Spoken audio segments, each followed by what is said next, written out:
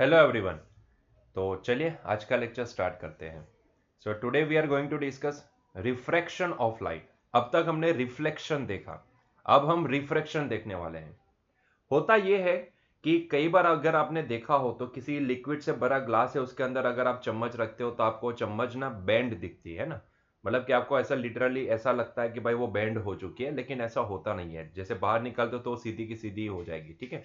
तो यहाँ पे होता क्या है, एक्चुअल में होता ये है कि भाई जो रेज निकलते हैं ना, वो किसी एक मीडियम में से दूसरे मीडियम में एंटर कर जाते हैं। तो यहाँ पे एक ब्यूटीफुल सी घटना होती है, जब एक रे किसी एक मीडियम में से दूसरे मीडियम में एंटर करता है तो वहां पे वो अपनी डायरेक्शन बदल देता है। हम बोलेंगे कि वो बेंड हो जाता है, ठीक है। अगर आसान भाषा में बोले तो वो बेंड हो जाता है। तो इसी घटना को बोला जाता है रिफ्रैक्शन, ठीक है। तो रिफ्रैक्शन एक सिंपल सी एक घटना है जिसमें एक रे अगर किसी एक मीडियम में से दूसरे मीडियम में एंटर करता है तो जिस एंगल पे वो आया था उससे कोई और ही एंगल पे वो डायरेक्शन चेंज करके बाहर निकला। बाहर तो नहीं बोलेंगे, लेकिन उस मीडियम में ट्रैवल करेगा, ठीक है। तो angle of incident and angle of refraction आपको यहां पे डिफरेंट डिफरेंट दिखेंगे, ठीक है। तो इसकी वजह से हमें वो रे जो भी है वो बेंड हुआ नजर आता है या फिर अपनी डायरेक्शन चेंज किया हुआ नजर आता है। इस घटना को बोला जाता है रिफ्रैक्शन ऑफ लाइट, ठीक है। जैसे कि यहाँ पे एग्जांपल के तौर पे आप फिगर में देख सकते हो कि मान लो कि ये जो लाइन पी क्यू है, ये पी क्यू लाइन जो भी है वो ये सरफेस है कि जो दोनों मीडियम को डिफ्रेंशिएट कर रही है, मतलब कि दोनों मीडियम को यहां से अलग कर रही है ना। तो दोनों मीडियम को अलग करने वाली जो मीडियम है, हाँ, मीडियम को अलग करने वाली जो लाइन है वो है हमारे यार यहाँ पे पी क्यू, ठीक है। तो पी क्यू लाइन एक ऐसी सरफेस है कि जो दोनों मीडियम को सेपरेट कर रही है। उसी तरीके से मान लो कि यहाँ पे ये एन एंड डैश जो भी है वो एक नॉर्मल लाइन है जो हमने पी क्यू के नॉर्मल ड्रॉ की है। मान लो कि ये जो ए बी है वो इंसिडेंट रे है, एंड ये जो बी सी है वो रिफ्रैक्टेड रे है। आई जो भी है वो इंसिडेंट एंगल है, आर जो भी है वो रिफ्रैक्टेड एंगल है, रिफ्रैक्शन एंगल है, एंगल ऑफ रिफ्रैक्शन है। मीडियम वन के लिए मान लो कि रिफ्रैक्टिव इंडेक्स एन वन है, तो ये मीडियम का रिफ्रैक्टिव इंडेक्स मैं एन वन लिखता हूं और ये मीडियम का रिफ्रैक्टिव इंडेक्स एन टू लिखता हूं। तो सवाल ये निकल के आता है कि क्या यहां पे कोई ऐसा रिलेशन है कि जो रिलेशन हमें यहां पे मतलब ये पूरी घटना को कुछ एक्सप्लेनेशन दे सके घटना का। तो जवाब है हाँ, है। स्नेल जी ने एक्सपेरिमेंट करके हमें एक बहुत ही खूबसूरत सा एक यहां पे रिलेशन हमें दिया है। स्नेल जी ने बताया कि भाई the ratio of the sine of angle of incidence to the sine of angle of refraction is always constant. उन्होंने बताया कि भाई अगर मैं यहां पे इंसिडेंट एंगल का साइन वैल्यू निकालूं और उसका रेशियो ले लेता हूं मैं refraction angle, angle of refraction के साइन वैल्यू के साथ, तो वो मुझे कांस्टेंट मिलेगा, ठीक है। वो मुझे कांस्टेंट मिलेगा। और यहीं से उनका स्नेल्स लॉ यहां से पिक्चर में आ गया कि sine I by sine r that must be equal to n two one. यहाँ पे एन टू वन क्या है, n two one is the constant which is called the refractive index of the second medium with respect to first medium. To be specific अगर मुझे लिखना है तो मैं यहाँ पे ऐसे लिख सकता हूँ कि n two one is equals to n two by N one, ठीक है। N two by N one, ठीक है। आप इसको इस तरीके से भी लिख सकते हो। So N21 is a constant that called the refractive index of the second medium with respect to the first medium, ठीक है। So this equation is called the Snell's law of refraction, ठीक है। आप यहाँ पे अगर इसी को अच्छे से लिखना चाहते हो, कुछ अलग तरीके से लिखना चाहते हो, तो आप इसको अलग तरीके से ऐसे भी लिख सकते हो कि भाई sine I upon sine r that is equals to n two by N one, मतलब कि एन वन साइन आई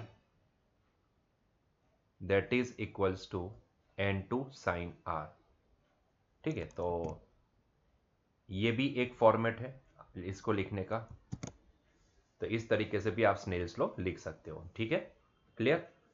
चलो अभी यहां पे आपको ये समझना है कि ये जो N21 है, ये जो रेशियो है रिफ्रैक्टिव इंडेक्स का जो रेशियो है, वो यहां पे it is depends on the wavelength of light but it is independent of the angle of incident. मतलब कि ये जो हमें जो रेशियो मिलता है वो रेशियो वेवलेंथ, लाइट जिस लाइट गिर रही, जो लाइट गिरेगी उसकी वेवलेंथ के ऊपर डिपेंड करता है, लेकिन कौन से एंगल पे वो इंसिडेंस हुआ है उसके ऊपर वो डिपेंड नहीं करता है, ठीक है। तो this is the refraction of light. तो हमें यह ध्यान में रखना है कि जब भी कोई एक रे किसी एक मीडियम में से किसी दूसरे मीडियम में दाखिल होता है, एंटर करता है, तो वो थोड़ा सा बेंड हो जाता है ना, मतलब कि हमें ऐसा लगता है कि वो अपनी डायरेक्शन चेंज कर रहा है। आइडियली अगर देखने जाए तो यही रे की अगर मैं बात करता हूं तो ये रे जिस डायरेक्शन में जिस एंगल पे आया है उसी डायरेक्शन में आगे बढ़ना चाहिए, लेकिन ऐसा नहीं हुआ। ठीक है, वो ये डायरेक्शन में आगे बढ़ना चाहिए लेकिन ऐसा नहीं हो रहा है, उसकी जगह पे वो अपनी डायरेक्शन चेंज कर रहा है। तो ये जो घटना हुई बस इसी को बोला जाता है रिफ्रैक्शन। ठीक है, रिफ्रैक्शन ऑफ लाइट। क्लियर? चलिए, अभी यहां पे सवाल ये आता है कि ये जो मीडियम 1 है, मीडियम 2 है, ठीक है, तो यहां पे एक और कॉन्सेप्ट आ जाता है जिसको हम बोलते हैं denser medium and rarer medium. तो यहां पे ऑप्टिकली डेंसर मीडियम किसे बोला जाए? ठीक है, मतलब कि कौन सा मीडियम ऑप्टिकली डेंस है ऐसा हम मानते हैं, है ना, और कौन सा मीडियम ऑप्टिकली रेरर मीडियम है, तो वो हम कैसे आइडेंटिफाई कर सकते हैं? तो हमारे पास स्नेल्स लॉ है, तो स्नेल्स लॉ का इस्तेमाल करके ही हम यहाँ पे कौन सा मीडियम डेंस है एंड कौन सा मीडियम रेरर है तो वो हम आइडेंटिफाई कर सकते हैं। ठीक है, अभी होता यह है कि जो मीडियम ऑप्टिकली डेंस होता है, ठीक है, तो यहाँ पे आपको क्या करना है, आपको सिर्फ उसका रिफ्रैक्टिव इंडेक्स का सीधा यहाँ पे रेशियो निकालना है। तो refractive index of medium 2 is greater than medium 1, then medium 2 is said to be denser than medium 1। मतलब कि जिसका रिफ्रैक्टिव इंडेक्स ज्यादा होता है कंपेयर टू दूसरा मीडियम, तो वो मीडियम यहाँ पे डेंसर है कंपेयर टू फर्स्ट मीडियम। ठीक है, तो मान लो कि यहाँ पे हमारे पास मीडियम 2 है, उसका रिफ्रैक्टिव इंडेक्स मीडियम 1 से ज्यादा है, तो ऐसे केस में medium 2 is denser than medium 1। लेकिन यहाँ पे हम incident angle and refraction angle से कैसे आइडेंटिफाई करें कि कौन सा मीडियम डेंसर है एंड कौन सा मीडियम रेयरर है? या फिर यहाँ पे जो एंगल हमें मिल रहा है उसको छोड़ के अगर मैं ऐसा बोलूं कि मैं रे को देखता हूं, तो रे से मुझे कैसे पता चलता है कि भाई वो कौन से रेरर मीडियम में से डेंसर में गया या डेंसर में से रेरर में आया? ठीक है, तो ये आइडेंटिफाई करना भी बहुत ही आसान है। ठीक है, अगर आपको रिफ्रैक्टिव इंडेक्स नहीं पता है तो ऐसे केस में आप क्या करोगे, तो ऐसे केस में आप सीधा स्नेल्स लॉ के पास जाओगे। हमें पता है स्नेल्स लॉ क्या है, sine I by sine r that is equal to n/1। ठीक है, sine I by sine r वो कांस्टेंट होता है, वो n/1 के बराबर होता है। अभी यहाँ पे सवाल ये निकल के आता है कि जब भी अगर कोई मीडियम 2, जैसे कि यहाँ पे हमने कंसीडर किया है मीडियम 2 का रिफ्रैक्टिव इंडेक्स अगर मीडियम 1 से ज्यादा है, तो this n/1 ratio will be definitely greater than 1। ठीक है, तो n/1 जो भी है, n/1 जो भी है वो n2 by n1 होता है और n2 is greater then n1, that's why this ratio is greater than 1। तो अगर ये रेशियो ग्रेटर देन 1 है तो डेफिनेटली यहाँ पे स्नेल्स लॉ से मैं क्या लिख सकता हूँ, sine I by sine r अभी इक्वल टू n/1 नहीं होगा, अभी इट इज ग्रेटर देन 1 होगा, है ना, क्योंकि n/1 की वैल्यू ग्रेटर देन 1 है। ठीक है, तो definitely sine I by sine are is greater than 1। तो इसका मतलब ये होता है कि साइन आर को यहाँ पे राइट हैंड साइड पे लेके जाओगे तो sine I is greater than sine are, sine I is greater than sine are. ठीक है, लेकिन यहां पे आपको समझना है कि साइन के केस में जैसे जैसे एंगल बढ़ता है वैसे वैसे उसकी वैल्यू बढ़ती जाती है ना। जैसे जैसे आप एंगल बढ़ाओगे, साइन के केस में theta increases, this implies sine theta, ये वैल्यू भी इंक्रीज होगी। सीधी सी बात है, आप समझ सकते हो ये पॉइंट। ठीक है, कैसे? तो भाई जैसे ही आप 0 से 90 डिग्री जाओगे तो साइन के केस में साइन की वैल्यू 0 से 1 होगी। तो आप खुद ही देखो, जैसे जैसे एंगल 0 से 90 हो रहा है वैसे वैसे साइन की वैल्यू 0 से इंक्रीज होते होते 1 हो रही है ना।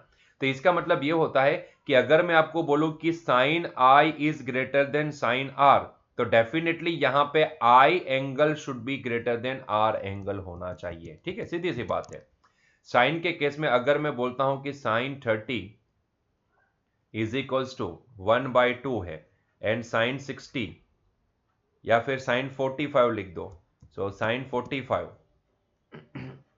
इज इक्वल्स टू 1/√2 है, तो आप खुद ही पता कर लो कि क्या यहां पे sine 45 degree is greater than sine 30 है। जी हाँ, ठीक है, आप समझ सकते हो 1/√2 इज ग्रेटर देन 1/2। तो क्या इसका मतलब ये हुआ कि 45 इज ग्रेटर देन 30 डिग्री? भाई डेफिनेटली डेफिनेटली यही होगा। साइन के केस में एंगल बढ़ा तो साइन की वैल्यू बढ़ी, एंगल छोटा तो साइन की वैल्यू छोटी, सीधा सा हिसाब है, क्योंकि साइन इंक्रीमेंटल फंक्शन है। 0 से लेकर 90 डिग्री के बीच में आप जाओगे, 0 से 90 जाओगे तो डेफिनेटली साइन की वैल्यू बढ़ेगी। तो यहाँ पे मैं इतना बता सकता हूँ, अभी इतना ज्यादा भी सोचने वाली बात नहीं है। ठीक है, ज्यादा कंफ्यूज नहीं करूंगा, सीधा बताऊंगा कि भाई जी हाँ, तो अगर साइन आई की वैल्यू साइन आर से ग्रेटर देन है तो definitely this I angle is greater than R angle. तो यहां पे हमें इंसिडेंस एंगल रिफ्रैक्शन एंगल से ज्यादा नजर आएगा। मतलब कि हमें ऐसा लगेगा कि अगर यहां पे देखें तो आप देखो इंसिडेंस एंगल से रिफ्रैक्शन एंगल अगर कम है तो ऐसे केस में आपको ये जो रे है वो टूवर्ड्स दी नॉर्मल, क्या, टूवर्ड्स दी नॉर्मल बेंड हुआ नजर आएगा, है ना। तो hence refracted ray bends towards the normal, hence medium 2 is said to be denser as compare to medium 1। तो हम सीधा यहां पे रे को देख के भी बता सकते हैं कि अगर कोई रे टूवर्ड्स दी नॉर्मल बेंड हो रहा है, ठीक है, तो जिस मीडियम में वो टूवर्ड्स दी नॉर्मल बेंड हुआ, that medium is denser then that particular medium जहां से वो आया था, ठीक है। तो सीधी सी बात है, तो आप यहां पे रे से भी यहां पे आइडेंटिफाई कर सकते हैं कि कौन सा मीडियम ऑप्टिकली डेंसर है, ठीक है। अगर यहां पे हमें इंसिडेंस एंगल से रिफ्रैक्शन एंगल कम नजर आ रहा है, incident angle is greater then refraction angle है, तो डेफिनेटली हम यहां पे बोलेंगे कि रिफ्रैक्टेड रे बेंड टूवर्ड्स द नॉर्मल, ऐसा ही हमें नजर आएगा, ठीक है। तो इसका मतलब ये होता है कि यहां पे जिस मीडियम में वो बेंड हुआ है ना, जिस मीडियम में वो जहां पे एंटर किया, ठीक है, वो मीडियम डेंसर है कंपेयर टू जहां से आया था। क्लियर। तो इस तरीके से आप ऑप्टिकली डेंसर मीडियम को आइडेंटिफाई कर सकते हो। तो अगर ऑप्टिकली डेंसर मीडियम को आइडेंटिफाई कर सकते हो तो डेफिनेटली ऑप्टिकली रेरर मीडियम को भी आइडेंटिफाई कर सकोगे। कैसे? तो चलिए देखते हैं ऑप्टिकली रेरर मीडियम। अभी ऑप्टिकली रेरर मीडियम में क्या होता है, तो ध्यान से देखिए यहां पे ऑप्टिकली रेरर मीडियम की अगर हम डेफिनेशन वाइज देखने जाए तो क्या होता है कि रिफ्रैक्टिव इंडेक्स ऑफ, मान लो कि medium 2 is rarer than the medium 1, तो ऐसे केस में refractive index of medium 2 is less than the medium 1। So definitely अगर मैं इन दोनों का मीडियम 2 का मीडियम 1 के रिफ्रैक्टिव इंडेक्स से अगर मैं रेशियो निकालूं, n/1 निकालूं, n/1 is equal to n2/n1, तो ऐसे केस में मुझे वो रेशियो लेस देन 1 मिलेगा, क्योंकि medium 2 is rarer than medium 1, तो उसकी डेंसिटी उसका जो रिफ्रैक्टिव इंडेक्स है वो मीडियम 1 से कम होगा, ठीक है। तो उसका अगर रेशियो निकालते हैं हम लोग तो डेफिनेटली यहां पे रेशियो हमें लेस देन 1 मिलेगा, ठीक है। सो यहां पे n/1 इज लेस देन 1 है, ठीक है। तो अगर स्नेल्स लॉ से अगर इसको देखते हैं समझते हैं तो यहाँ पे क्या दिखेगा, sine I by sine r that must be equal to n/1, ठीक है। लेकिन n/1 इज लेस देन 1, तो definitely sine I by sine r should be less than 1, ये रेशियो लेस देन 1 होना चाहिए। तो इसका मतलब ये होता है कि sine I is less than sine are, ठीक है। Sine I is less than sine are, मतलब कि साइन के केस में अगर वैल्यू कम है तो डेफिनेटली एंगल भी कम ही होगा, तो मतलब कि i is less than r, ठीक है। सो इसका मतलब यह होता है कि hence the refracted rays goes away from the normal whenever they are entering into the rarer medium, ठीक है। तो अगर वो डेंसर से रेरर में एंटर करता है तो डेफिनेटली वो नॉर्मल से अवे शिफ्ट होता नजर आएगा। ऐसे केस में रिफ्रैक्टिव एंगल जो भी है, एंगल ऑफ रिफ्रैक्शन जो भी है, वो इंसिडेंट एंगल से ज्यादा नजर आएगा, है ना। तो तब हमें ये जो रे है वो away to the normal shift होता नजर आएगा। क्लियर, ठीक है। तो ये होता है ऑप्टिकली रेरर मीडियम। क्लियर। तो चलिए नेक्स्ट पॉइंट की ओर आगे बढ़ते हैं। Now what is the meaning of optical density. देखो ऑप्टिकल डेंसिटी का मीनिंग क्या होता है, तो optical density is the ratio of the speed of light in two media, ठीक है। सिंपल से ऑप्टिकल डेंसिटी का मतलब ये निकलता है कि it is the ratio of speed of light in two media, ठीक है, सिंपल सा, ठीक है। तो यहां पे एक मीडियम में से दूसरे मीडियम में एंटर करिए, तो पहले मीडियम में उसकी स्पीड क्या थी एंड दूसरे मीडियम में उसकी स्पीड क्या है, इन दोनों का रेशियो निकालो, that is called the optical density. Mass density का मीनिंग अलग होता है, mass density is mass per unit volume होता है ना। यहाँ पे ऑप्टिकल डेंसिटी का मीनिंग होता है ratio of speed of light in two media, ठीक है।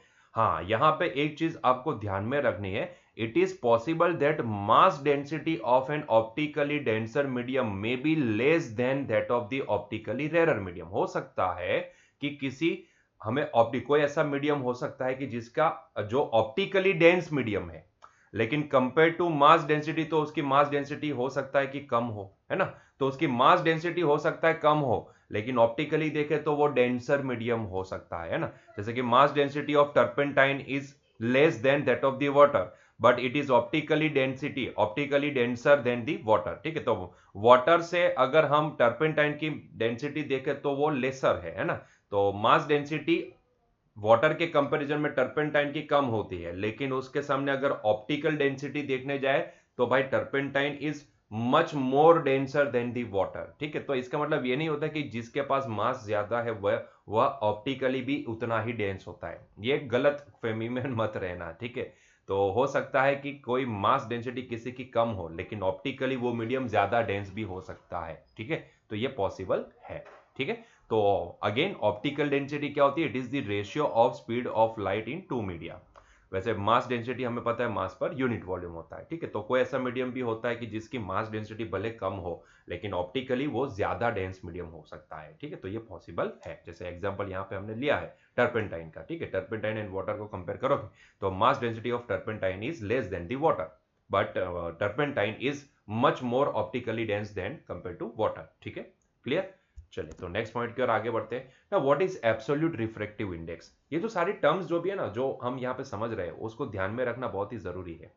Absolute refractive index, absolute refractive index जिसको हम स्मॉल एन से डिनोट करेंगे, ठीक है।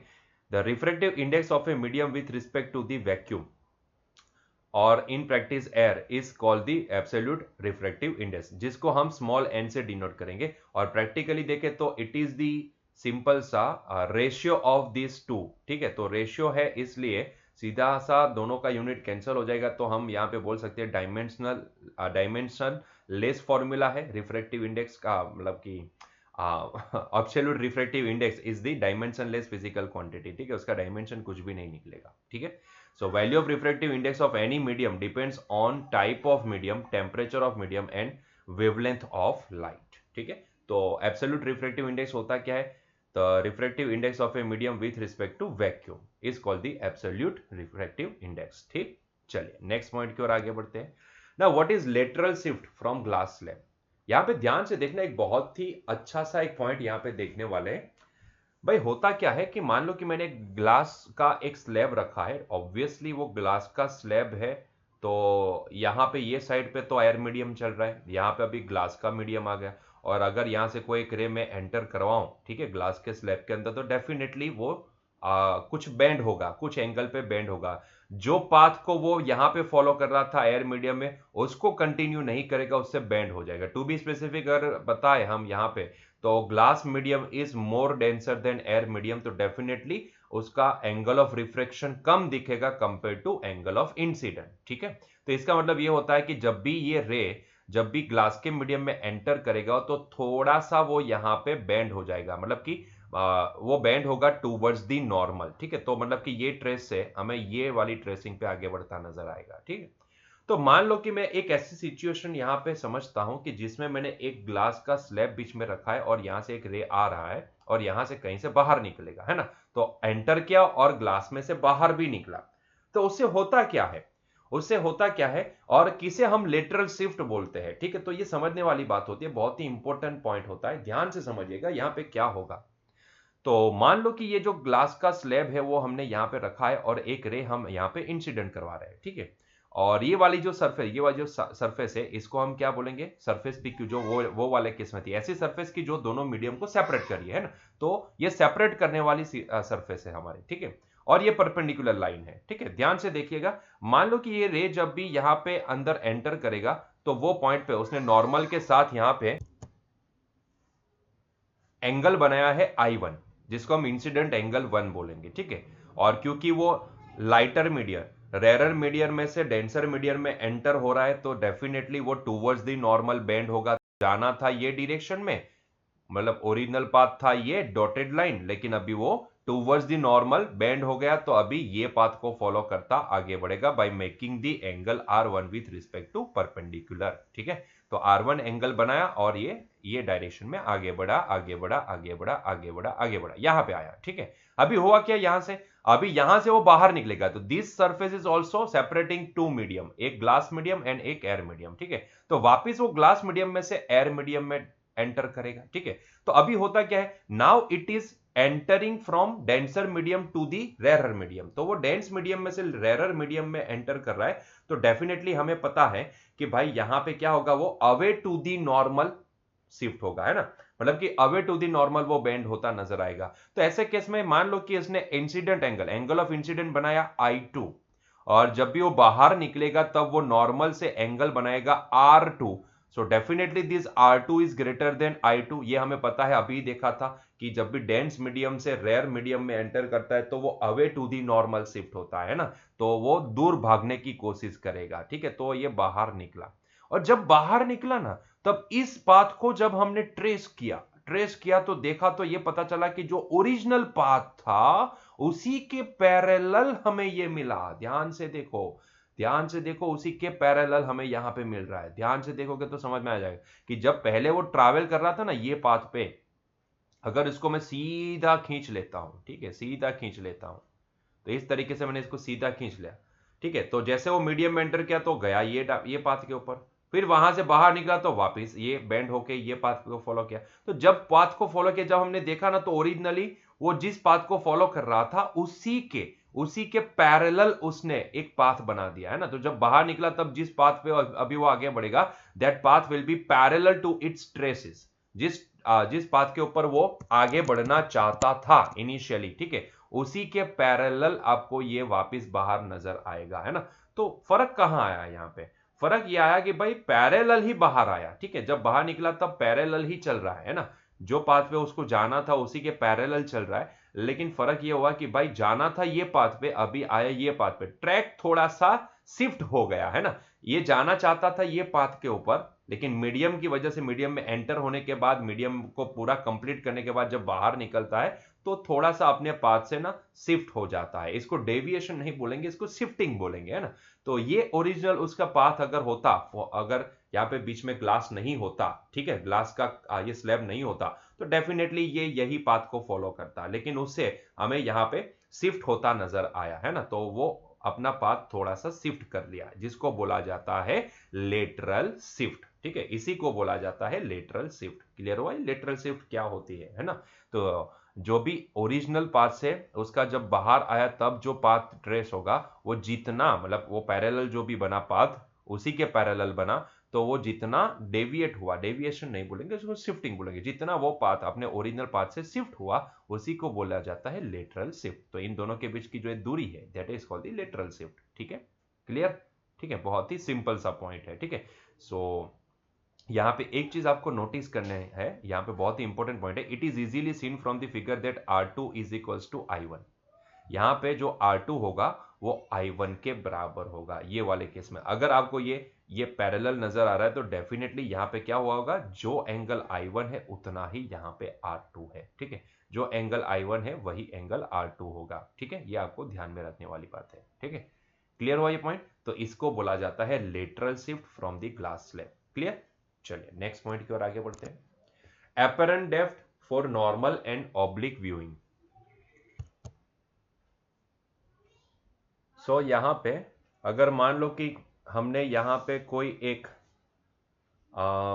मटेरियल भरा हुआ है, डेंस मीडियम है, और यहां कहीं पे हमने ऑब्जेक्ट रखा है, तो अगर मैं इस ऑब्जेक्ट को बाहर से सीधा नॉर्मली देखता हूं, ठीक है, और अगर मैं इसको ऑब्लिक एंगल से कोई देखता हूं, अगर मैं किसी ऑब्लिक एंगल से इसको देखता हूं, तो दोनों केस में मुझे उसकी हाइट कहां पे नजर आएगी, ठीक है, जो एक्चुअल में उसकी डेप्थ है, मतलब जहां पे पड़ा है वहां पे वो नहीं नजर आएगा, लेकिन उससे थोड़ा सा ऊपर उठा हुआ हमें नजर आएगा, ठीक है। जहां पे हमें नजर आएगा ना वो उसकी बोली जाती है एपेरेंट डेप्थ, और जहां पे एक्चुअल में वो पड़ा है उसको बोला जाता है रियल डेप्थ। क्या इसका भी कोई एक रिलेशन बनता है क्या? तो डेफिनेटली यहां पे एक रिलेशन बनेगा, ठीक है। जैसे कि when the bottom is viewed normally it is observe that O dash instead of O as shown in the figure, मतलब कि ऑब्जेक्ट पड़ा हो यहां पे ओ पे, लेकिन हमें नजर कहां आएगा, जब भी हम नॉर्मली देखें या फिर ऑब्लिक एंगल पे देखें तो हमें नजर आएगा यहां कहीं पे, ठीक है, थोड़ा सा ऊपर उठा हुआ हमें नजर आएगा, थोड़ा सा, कई बार ज्यादा भी ऊपर उठ जाता है ना, ऐसा हमें नजर आता है। एक्चुअल में ऐसा होता नहीं है, लेकिन हमें ऐसा नजर आता है। जैसे कि एक पानी के एक ग्लास के अंदर अगर आप ग्लास के नीचे की सरफेस को अगर ऊपर से देखोगे तो आपको ऊपर नजर आएगी। आप ये एक्सपेरिमेंट घर पे भी कर सकते हो, ठीक है।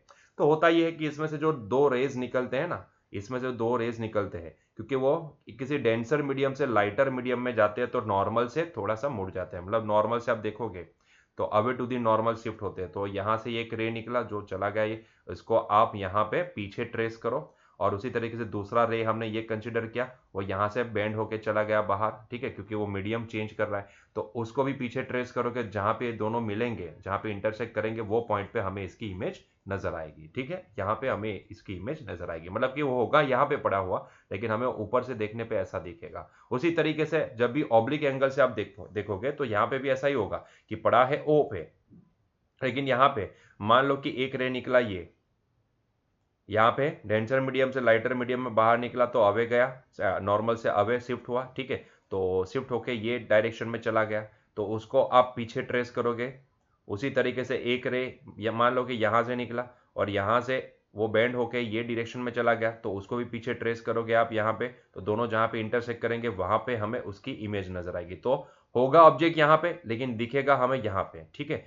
तो एक्चुअल में ये जो हाइट है ना, मतलब कि ये जो डेप्थ है, हाइट तो नहीं बोलेंगे लेकिन इसको डेप्थ बोलेंगे, कि ये जो डेप्थ है इसकी इतनी, इसको बोला जाता है एपरेंट डेप्थ, ठीक है, जो रियल नहीं होती है। तो रियल डेप्थ क्या है, तो ये है जहां पे वो पड़ा है, रियल में पड़ा है, ठीक है। आप वो मीडियम जिसका भरा है, जिससे हमने भरा है मीडियम को, उसको हटा दोगे तो आपको फिर अब ये रियल नजर आएगा, ठीक है। तो एपेरेंट डेप्थ जो भी है, मान लो कि इसको हम H1 बोलते हैं और रियल डेप्थ जो भी है इसको हम H2 बोलते हैं, तो ऐसे केस में there is a relation. Refractive index of air, क्योंकि हम बाहर से एयर मीडियम से ही उसको देखेंगे ना, डेफिनेटली एयर मीडियम से हम उसको देखेंगे, ठीक है। तो refractive index of air that is N1, assume कर लो कि जो एयर मीडियम है उसका रिफ्रैक्टिव इंडेक्स है लेट से N1, ठीक है, तो ये एयर मीडियम है जिसका N1 मान लेते हैं, एंड जो डेंसर मीडियम है इसको हम N2 मान लेते हैं।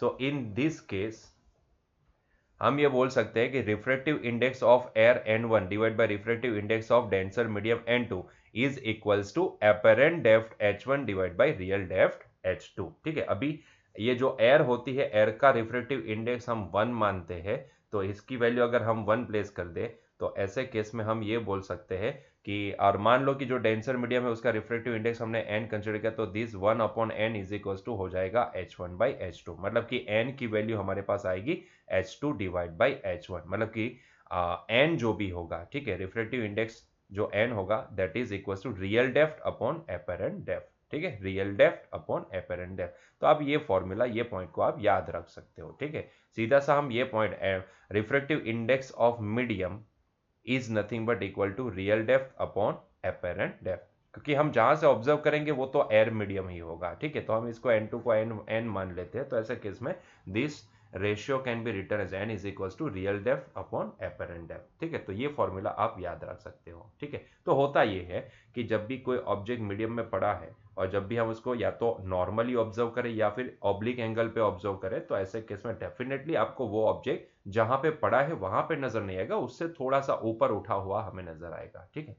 सो मतलब कि जो उसकी रियल डेप्थ है वो हमें नजर नहीं आएगी, उसकी जगह पे हमें उसकी एपरेंट डेप्थ नजर आएगी। तो एपरेंट डेप्थ यहाँ पे फाइंड आउट करने का सीधा सा हम ये रिलेशन लगा सकते हैं, क्योंकि हम ऑब्जर्व कहां से करेंगे, एयर मीडियम से, तो सीधा सा ये फॉर्मूला लगा सकते हो, ठीक है। तो n is equal to real depth upon apparent depth, ठीक है, क्लियर। चलिए, तो उसी के रिलेटेड क्वेश्चन भी सॉल्व कर लेते हैं, लेकिन उससे पहले यहाँ पे एग्जांपल 9.5, ठीक है, खुद से कर सकते हो लेकिन फिर भी, the earth takes 24 hour to rotate once about its axis, how much time does the sun take to shift by 1 degree when viewed from the earth, ठीक है। यहाँ पे सिंपल सा हमें शिफ्टिंग पूछा गया है। देखो, time taken for 360 degree shift is 24 hour, तो definitely time taken for 1 degree shift is कितना होगा, तो सीधा सा हिसाब ही लगाना है आपको, 1 degree multiply by 24 divide by 360, तो ये आंसर निकल के आएगा 4 मिनट, ठीक है।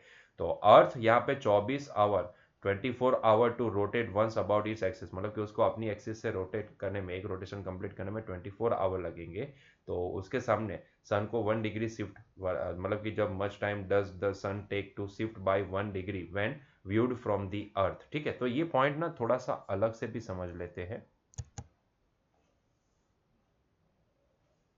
तो एक्चुअल में इसको अगर समझना है तो आप कैसे समझ सकते हो, हम क्या करते हैं, हम जब भी अर्थ के ऊपर होते हैं तो हम ऐसा मान के चलते हैं कि भाई अर्थ स्टेडी है, स्टेशनरी है, और सन हमारी और ऐसे रोटेट हो रहा है ना।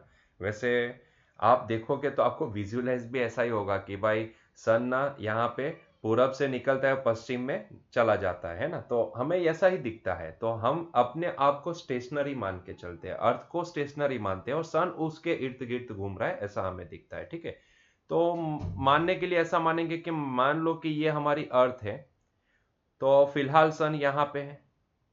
सर इतना छोटा पता है? अरे भाई ऐसा नहीं है, लेकिन समझने के लिए ऐसा, चलो ऐसा लिखते ही नहीं है, ऐस लिख देता हूँ। ठीक है, तो सन यहाँ पे है, फिर हमें क्या नजर आएगा, वो ऐसे घूमता घूमता घूमता घूमता घूमता घूमता घूमता घूमता घूमता ऐसे 3 डिग्री रोटेशन कंप्लीट करके आएगा। ठीक है, तो एक्चुअल में होता ऐसा नहीं है, होता ये होता है कि भाई अर्थ ऐसे 24 आवर लेती है, अर्थ अपनी अपनी एक्सिस पे ऐसे घूमती है ना, सन तो वहीं का वहीं स्टेडी होता है, लेकिन हमें दिखने के लिए अर्थ को हम स्टेशनरी मान के चलते हैं, तो हमें सन 360 डिग्री एंगल घूम रहा है ऐसा हमें लगता है ना, लगता है ऐसा ही होता है। ठीक है, तो हम ऐसा मान लेते हैं कि मान लो कि सन को 360 डिग्री एंगल शिफ्ट होने में 24 आवर लगता है, तो 1 डिग्री शिफ्ट होने में कितना टाइम लगेगा, है ना। तो इस तरीके से आप इसको समझ सकते हो, तो आपको आंसर मिलेगा 4 मिनट। ठीक है, समझ में आया क्वेश्चन कैसे आपको इसको देखना है, क्योंकि हम जब भी अर्थ के ऊपर से देखते हैं तो हमें सन क्या दिखता है, स्टेशनरी दिखता है ना, वो कभी हमें ऐसा नहीं नजर आएगा कि भाई अर्थ हमारी है वो एक्सिस पे रोटेट हो रही है ना। वो तो किसी ने, महानुभव ने ऐसा बताया भाई स्पेस में जाके कि भाई अर्थ ना घूम रही है, सन नहीं घूम रहा है। नहीं तो पहले लोग ऐसा ही मान के चलते थे कि भाई हमारी अर्थ जो भी है ना वो सेंटर में है और बाकी सारे प्लेनेट उसी को इर्द गिर्द घूम रहे हैं ना। तो फिर जाके, और ऐसा टाइम, वो ऐसा टाइम चल रहा था कि जब अगर कोई बोलता कि नहीं ऐसा नहीं है, अर्थ सेंटर पे नहीं है, तो भाई उसको सूली पे लटका दिया जाता था। ठीक है, अर्थ धरती माता है भाई, उनकी, और उनके बारे में कभी भी बुरा नहीं बोलना चाहिए, ऐसा लोग मानते थे, तब धरती माता की पूजा करते थे। अभी तो क्या मतलब कुछ भी, तो ऐसा टाइम था। ठीक है, लेकिन अभी ऐसा नहीं है, अभी हमें रियल साइंस पता है इसके पीछे का। ठीक है, तो इसमें होता यह है कि अर्थ घूमती है, लेकिन सन, हम ऐसा मानेंगे ये क्वेश्चन को देखने के लिए कि सन मान लो कि 360 डिग्री घूम के आ रहा है, हम अपने आप को स्टेशनरी मान लेते हैं, तो ऐसे केस में वो 360 डिग्री सन घूम के आएगा, और हमें पता है कि उसको 360 डिग्री घूमना है तो टाइम लगेगा उसको 24 आवर, तो 1 डिग्री शिफ्ट होने में कितना टाइम लगेगा, सिंपल सा हिसाब है। ठीक है, तो आप इसको इस तरीके से देख सकते हो। क्लियर? चले तो नेक्स्ट क्वेश्चन की ओर आगे बढ़े, मैं इसको मिटा देता हूं। ठीक है, तो नेक्स्ट क्वेश्चन की ओर आगे बढ़ते हैं। क्लियर? चलो, सो टेक्स्ट बुक की exercise question 9.3, a tank is filled with a water to height of 12.5 centimeter. The apparent depth of a needle lying at the bottom of the tank is measured by the microscope to be 9.4 centimeter. What is the refractive index of a water? तो यहाँ पे पहले question का answer दे देते। देखो यहाँ पे एक टैंक है जिसके अंदर पानी भरा हुआ है, जिसकी हाइट 12.5 सेंटीमीटर है, मतलब कि वो हो गई हमारी रियल डेप्थ। ठीक है, ये रियल डेप्थ होगी हमारी, रियल हाइट जो भी है वही हमारे लिए रियल डेप्थ मानेंगे। ठीक है, तो रियल डेप्थ जो भी है वो 12.5 सेंटीमीटर है। तो हम फॉर्मूला कौन सा इस्तेमाल करेंगे, ये वाला। ठीक है, n is equal to H2/H1, जहाँ पे H2 है रियल डेप्थ, तो बस वही पॉइंट यहाँ पे इस्तेमाल करते हैं। तो H2 is the real depth, so H2 हमें यहाँ पे दिया गया है, दैट इज 12.5 सेंटीमीटर, 12.5 सेंटीमीटर। ठीक है, और जब भी पानी से भरी हुई टंकी को, अगर उसके बॉटम को देखा गया, मतलब मान लो कि बॉटम जो भी है वो एक ऑब्जेक्ट है, ठीक है, वहां पे ऑब्जेक्ट पड़ा है ऐसा समझ लो, तो हमें उसकी एपरेंट डेप्थ कितनी मिल रही है, माइक्रोस्कोप से देखा तो 9.4 सेंटीमीटर, तो इसको हम बोलेंगे H1 is equal to 9.4 centimetre. कहाँ से देखेंगे, एयर मीडियम से। ठीक है, तो सीधा सा पॉइंट यहाँ पे लगा देते हैं। तो यहाँ पे what is the refractive index of a water, मतलब कि मीडियम का रिफ्रैक्टिव इंडेक्स क्या होगा, n is equal to, formula इस्तेमाल करेंगे H2 डिवाइड बाई H1। यहाँ पे वैल्यू प्लेस कर दो तो ये हो जाएगा 12.5 डिवाइड बाई 9.4, तो कुल मिला के देखेंगे तो ये आंसर कितना निकलेगा, आंसर निकल के आया 1.3297, मतलब कि अप्रोक्सीमेटली मैं इसको बोल सकता हूँ 1.33। ठीक है, तो रिफ्रैक्टिव इंडेक्स ऑफ वाटर, देखो कई बार ना कई बुक्स में इसका नोटेशन एन की जगह पे म्यू लिया जाता है, तो चॉइस इज योर्स, आप इसको म्यू से डिनोट करो या फिर एन से डिनोट करो। ठीक है, नोटेशन है भाई, तो आप इसको कोई भी ले सकते हो, म्यू से भी डिनोट कर सकते हो, आप इसको एन से भी डिनोट कर सकते हो। ठीक है, तो उसमें कोई प्रॉब्लम नहीं है। चलो, तो हमें पहला क्वेश्चन जो पूछा गया था उसका आंसर हमने दे दिया।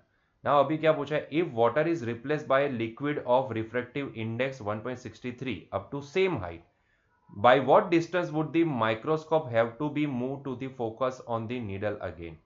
मतलब कि अगर हम इस पानी को हटा के अगर मान लो कि वहां पे कोई एक लिक्विड भर दे जिसका रिफ्रैक्टिव इंडेक्स कितना है 1.63 है, तो अभी हमें माइक्रोस्कोप को कितना शिफ्ट करना पड़ेगा नीडल को फोकस करने के लिए। ठीक है, तो उसके लिए हम क्या करते हैं कि अगर हम पानी की जगह पे अगर ये नया लिक्विड जो दिया गया है उसको भर दे तो हमें यहाँ पे एपरेंट हाइट क्या मिलती है। ठीक है, वो एपरेंट हाइट पहले पता कर लेते हैं। ठीक है, तो ताकि हमें पता चले कि अगर इसको फोकस करना था तब 9.4 सेंटीमीटर पे रखे थे, अभी नई एपरेंट हाइट क्या मिलेगी उस हिसाब से हम इन दोनों का डिफरेंस ले लेंगे। ठीक है, दोनों एपरेंट हाइट का डिफरेंस लेंगे तो उतना शिफ्टिंग हमें करना पड़ेगा। ठीक है, चलिए तो देख लेते हैं।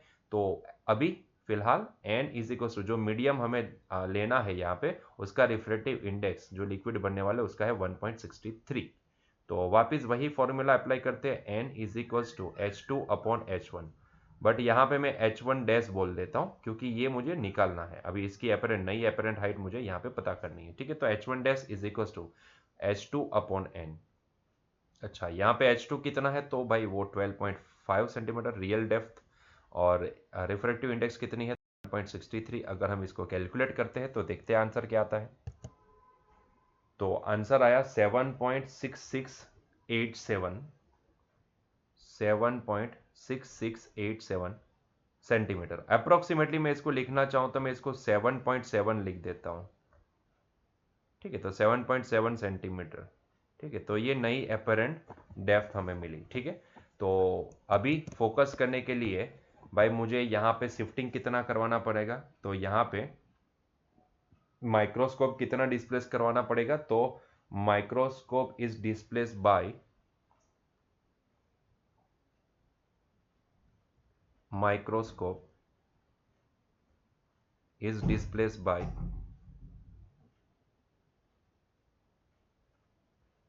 कितना डिस्टेंस, तो पहले कहाँ पे फोकस था 9.4 पे, अभी मुझे 7.7 जितना उसको 7.7 पे फोकस करवाना पड़ेगा तो उतना शिफ्ट करना पड़ेगा। तो मैं यहाँ पे लिखूंगा H1 माइनस H1 डैश के बराबर 9.4 में से 7.7 को आप सब्ट्रैक्ट कर दो तो आपको आंसर मिल जाएगा 1.7 सेंटीमीटर।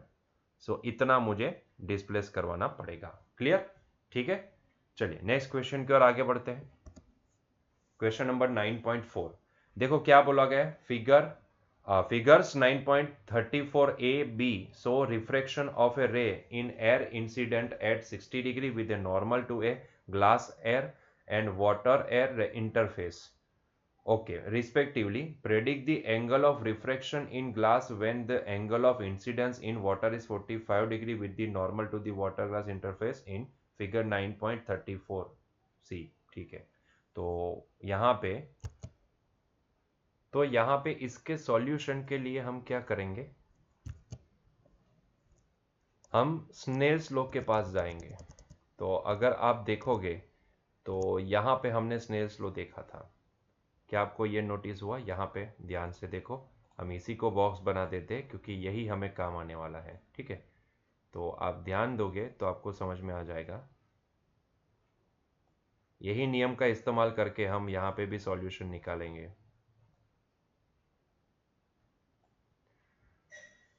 देखो कैसे याद रखना है इसको वो भी ध्यान से समझो।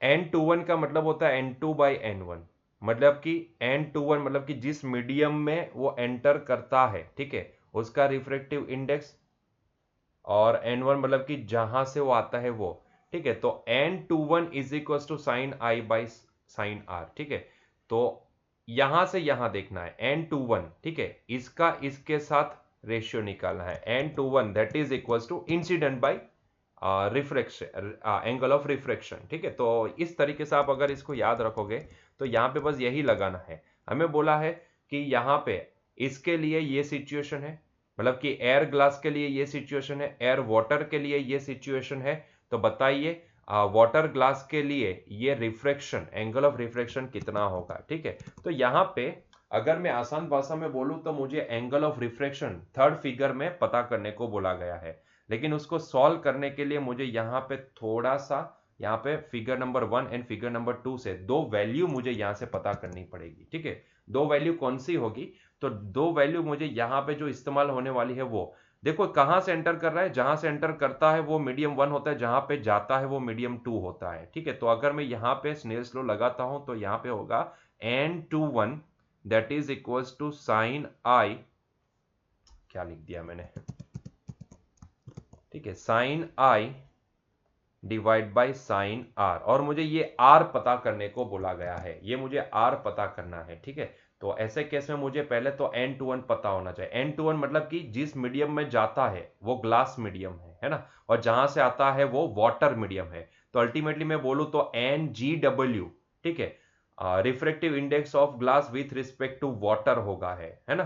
तो इसको अगर मैं लिखना चाहूं तो इसको मैं बोलूंगा n glass divide by n water. ठीक है, n21 क्या होता है, n2 बाई n1, तो n2 बाई n1 मतलब कि refractive index of glass divide by refractive index of water. क्या आपको यहाँ पे ग्लास एंड वाटर का रिफ्रेक्टिव इंडेक्स पता है? अगर पता हो तो डायरेक्टली प्लेस कर दो, नहीं पता है तो हम क्या करेंगे, उसको पहले तो कैलकुलेट करेंगे यहाँ से, ये दोनों से। ठीक है, टू बी स्पेसिफिक अगर मैं बताऊं तो यहाँ पे हम ये बोल सकते हैं कि ये जो रिफ्रेक्टिव इंडेक्स ऑफ ग्लास है ना वो with respect to air, and ये रिफ्रेक्टिव इंडेक्स ऑफ वाटर है वो भी विथ रिस्पेक्ट टू एयर होगा। ठीक है, तो हमें पहले with respect to air glass का and with respect to air water का रिफ्रेक्टिव इंडेक्स क्या है वो पता करना पड़ेगा, तब जाके हमें ये लेफ्ट हैंड साइड मिलेगी। और इंसिडेंट एंगल पता है तो ये वैल्यू भी मिल जाएगी, तो बचेगी सिर्फ ये वैल्यू। तो इस तरीके से हम इसको निकाल पाएंगे। ठीक है, तो पहले हम क्या करेंगे, refractive index of glass with respect to air and refractive index of water with respect to air कितनी आएगी वो हम यहाँ पे पता करेंगे। ठीक है, तो फ्रॉम द फिगर नंबर 1, क्योंकि वो ग्लास एयर मीडियम को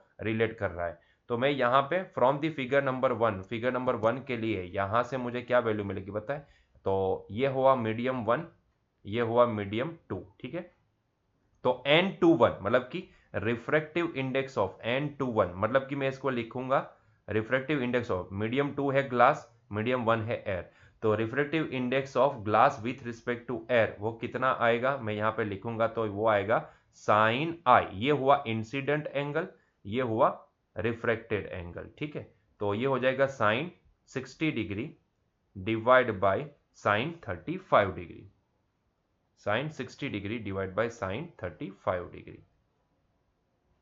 ठीक है, तो साइन 60 डिग्री यहाँ पे हम प्लेस करेंगे, साइन 60 डिग्री वो होता है हमारे पास 0.3/2।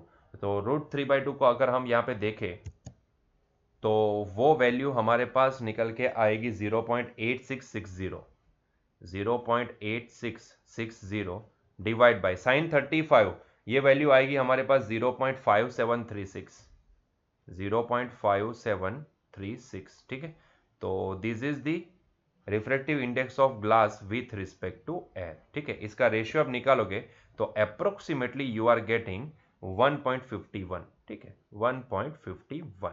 ठीक, तो यहां से हमें मिल गया refractive index of glass with respect to air. उसी तरीके से फिगर नंबर 20 से हम क्या पता करेंगे, तो ये हो गया मीडियम नंबर 1, ये हो गया मीडियम नंबर 2। ठीक है, तो ये हो गया इंसिडेंट एंगल और ये हो गया रिफ्रेक्टेड एंगल। ठीक है, चलो तो यहाँ पे वैल्यू प्लेस करेंगे तो अगेन वही N21 मतलब कि रिफ्रेक्टिव, मीडियम 2 है water, refractive index of water with respect to air वो क्या होगा, तो वापस वही कहानी sine I upon sine are. Sine I मतलब कि incident angle 60 degree divide by sine are मतलब कि वो साइन 47 डिग्री। ठीक है, तो यहाँ पे ये वैल्यू हमारे पास कुछ निकल के आएगा 0.8660, 0.8660 divide by sign 47 degree 0.6561, 0.6561।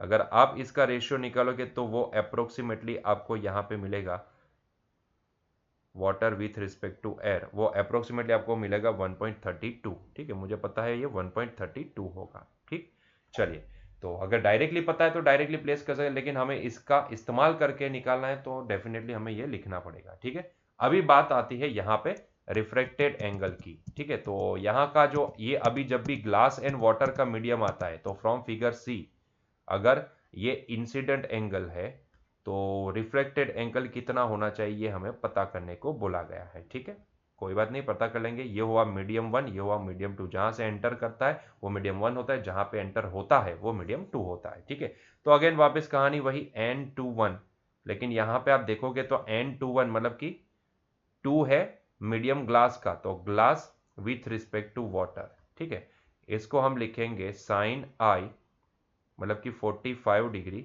Divide by sine R. R हमें पता करने को बोला गया है। टू बी स्पेसिफिक अगर मैं बताऊं तो ये sine sorry N G W को मैं क्या लिखूंगा, refractive index of glass with respect to air divide by refractive index of water with respect to air, है ना। N G W, N two one को मैं क्या लिखता हूं तो N two by N one लिख सकता हूं, तो एन जी डब्ल्यू को मैं क्या लिखूंगा, N G divide by N W, लेकिन g with respect to air, w with respect to air, क्योंकि वो चीजें हमने यहाँ पे निकाल लिया। साइन 45 कितना होता है, तो भाई ये तो 1/√2 हो जाएगा डिवाइड बाई साइन r। ठीक है, चलो तो यहाँ पे इसकी वैल्यू प्लेस करेंगे, ये 1.51 आया था, ये 1.32 आया है, और ये 1/√2 होता है 0.7071। ठीक है, तो ये 0.7071 डिवाइड बाई साइन आर। जैसे ही हम यहाँ पे साइन आर की वैल्यू कैलकुलेट करने की कोशिश करेंगे तो साइन आर की value, sine are is equals to, ये हो जाएगा 0.7071 मल्टीप्लाई बाई 1.32 डिवाइड बाई 1.51, तो ये आंसर निकल के आएगा 0.6181। सो 0.6181। सो ये आर की वैल्यू आपके पास निकल के आएगी अराउंड 38 डिग्री, अराउंड 38.2 डिग्री। ठीक है, तो 38.2 degree. So this is the answer. ठीक है, तो इस तरीके से आप ये आंसर पता कर सकते हो। क्लियर? चलिए, तो यहीं पे हमारा आज का लेक्चर एंड करते हैं, मिलते हैं नेक्स्ट लेक्चर में। Till that enjoy your day, bye.